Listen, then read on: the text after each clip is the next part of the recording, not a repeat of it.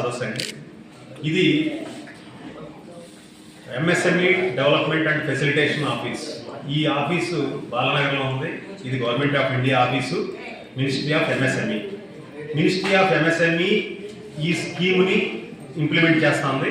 ఇంకా 2 మినిస్ట్రీలతో కలిపి, ఒకటి మినిస్ట్రీ ఆఫ్ స్కిల్ డెవలప్మెంట్, రెండోది department of financial services, ministry of finance, government of India.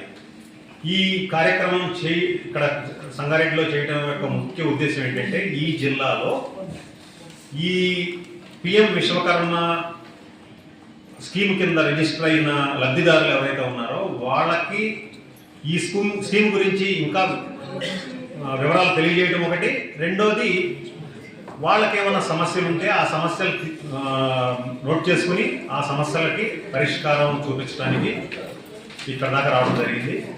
ఇందులో చాలామంది ఔత్సాహికులు పాల్గొన్నారు. ఈ స్కీము బెనిఫిషరీ లబ్ధిదారులు.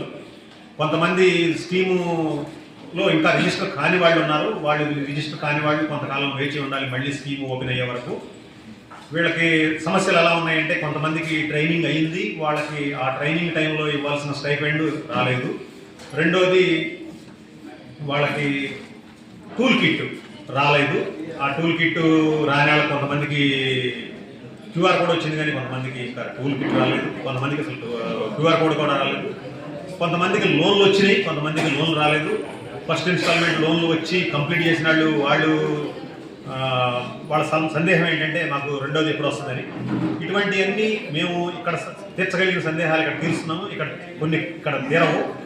ఎందుకంటే ఇప్పుడు ఇందాక నేను చెప్పినట్టు ఏదైతే స్టైపెండ్ రాలేదో ఆ స్టైపెండ్ ఆ యొక్క డిపార్ట్మెంట్తో టేకప్ చేయాలి. ఇవన్నీ మేము ఈ నోట్ చేసుకుని ఇవన్నీ టేకప్ చేసి వీళ్ళకి మేలు కలగజేయాలనేది మా ముఖ్య ఉద్దేశం. ఈ కార్యక్రమంలో మాకు జనరల్ మేనేజర్ డిఐసి గారు, ఎల్డిఎం గారు, వీళ్ళిద్దరూ చాలా క్రూషియల్ రోల్. ఎందుకంటే స్కీమ్ ఇంప్లిమెంట్ చేస్తున్న మినిస్ట్రీ ఆఫ్ ఎంఎస్ఎంఈ అయినా కానీ లోన్కు సంబంధించిన సమస్యలన్నీ ఎల్డిఎం గారి ద్వారానే పరిష్కారం అవుతాయి. అలాగే ఈ స్కీమ్లో ముఖ్య పాత్ర జిల్లా పరిశ్రమల శాఖది. జనరల్ మేనేజర్ డిఐసి నాయక్ గారు ఇందులో చాలా చురుగ్గా పాల్గొని మా అన్ని కార్యక్రమాల్లోనూ ఆయన విరివిగా పాల్గొని ఎవరికైతే ఏమైనా సందేహాలు ఉన్నా సమస్యలు ఉన్నా నివృత్తి చేయడంలో తోడ్పడతా ఉన్నారు. ఇంతమంది ఎంతమంది లేదండి. ఆ టైంలో ఎంతమంది అయితే రిజిస్టర్ చేసుకున్నారో వాళ్ళ వరకు రిజిస్టర్ అయిపోయారు. ఇప్పుడు ప్రస్తుతం రిజిస్ట్రేషన్లో ప్రస్తుతానికి లేవు కాబట్టి మళ్ళీ స్కీమ్ ఓపెన్ అయినప్పుడు మళ్ళీ చేయాల్సి ఉంటుంది. సమస్యలు ఉంటాయి. ఎట్లా అంటే ఇప్పుడు సహకారం అంటే ఇప్పుడు ఒక క్వశ్చన్ వచ్చింది సార్, మేము హెచ్డిఎఫ్సిలో అప్లై చేసుకున్నాము. హెచ్డిఎఫ్సి మా అప్లికేషన్ తీసుకోవట్లేదు, చేయట్లేదు. మీకు తెలుసు హెచ్డిఎఫ్సి ప్రైవేట్ బ్యాంకులో కొద్దిగా ప్రజాసేవ అనేది తక్కువ, అంతే కదా. సో అందులో మనం ఏం చేస్తామంటే ప్రజాసేవ చేయాలి, ఎందుకంటే వాళ్ళ అనేది ఇండియాలో బయట కాదు అని కంపల్సరీ మేము ఆ సమస్యని మేము కలెక్టర్ వరకు తీసుకెళ్తాము. దానికి వాళ్ళు హెచ్డిఎఫ్సి నుంచి లోన్ తీసుకుంటే నేను షేర్ చేస్తాను. అటువంటి పరిస్థితి కల్పిస్తాను. ఇది నా యొక్క అష్యూరెన్స్ అని చెప్పి వాళ్ళకి చెప్పడం జరిగింది.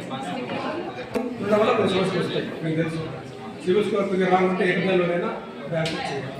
ఇంకోటి లోన్ చూసుకొని సరే కట్టకుంటే కొంత సమయం వాళ్ళు రైట్ ఆఫ్ చేశారు బ్యాంక్. అంటే ఇక ఫర్దర్గా మీకు ఈ లోన్ కట్టకుండా కానీ మేము అన్నీ మాఫీ చేస్తామని ముందు లోన్ రాదు అనేది మనకు బ్యాంక్ చట్టం ఉంది. దాని ప్రకారం కూడా కొన్ని సమస్యలు ఉన్నాయి. బ్యాంక్ వాళ్ళు డైరెక్ట్గా లోన్ ఇవ్వట్లేదు అనేది ఇప్పుడు మాట ఉంటుంది, కానీ ఎందుకు ఇవ్వట్లేదు అనేది కారణాలు చాలా ఉంటాయి. ఆ కారణాలు సమస్యలను పరిష్కరించుకునే లోన్ కూడా ఇవ్వడానికి వాళ్ళు మంచి తిరుగుతారు. ఎందుకు తిరుగుతారు? మంచి కట్టవాలంటే తిరుగుతారు. ఇది మన డబ్బు బ్యాంకులు ఇచ్చేసారు, కట్టని వాళ్ళు ఇవ్వస్తే ఇవ్వడం అనేది కరెక్ట్ కాదు కదా. అందుకనే సమస్యలు ఉంటాయి, పరిష్కరించుకుంటూ ముందుకు వెళ్ళాలని చెప్పేసి వాళ్ళకి అది నచ్చ చెప్పడం జరిగింది. ఎల్డిఎం గారు ఏం చెప్పారు, అది ఎవరైతే అడిగారో నాకు చెప్పండి, నేను వాళ్ళతో ఆ బ్యాంకుతో నేను టేకప్ చేస్తానన్నారు. సంగారెడ్డిలో ఉన్న ఏ బ్యాంకుతో అయినా టేకప్ చేయగలిగే అధికారం ఎల్డిఎం ఉంటుంది. ఎల్డిఎం గారు టేకప్ చేస్తారు. అట్లా అనడానికి లేదు, చాలా క్లియర్గా చెప్పారు. అది కస్టమర్ ఇష్టం, ఇన్సూరెన్స్ కట్టుకోవాలా లేదా అనేది ఏమీ చేయాల్సిన అవసరం లేదు. గవర్నమెంట్ ఇచ్చిన ₹1,00,000 ఆయన ఇవ్వాల్సింది. అంతేకాని 15,000 మినహాయించుకుని ఇస్తాను, 10,000 మినహాయించుకుని ఇస్తానంటే వాళ్ళకి అధికారం లేదు.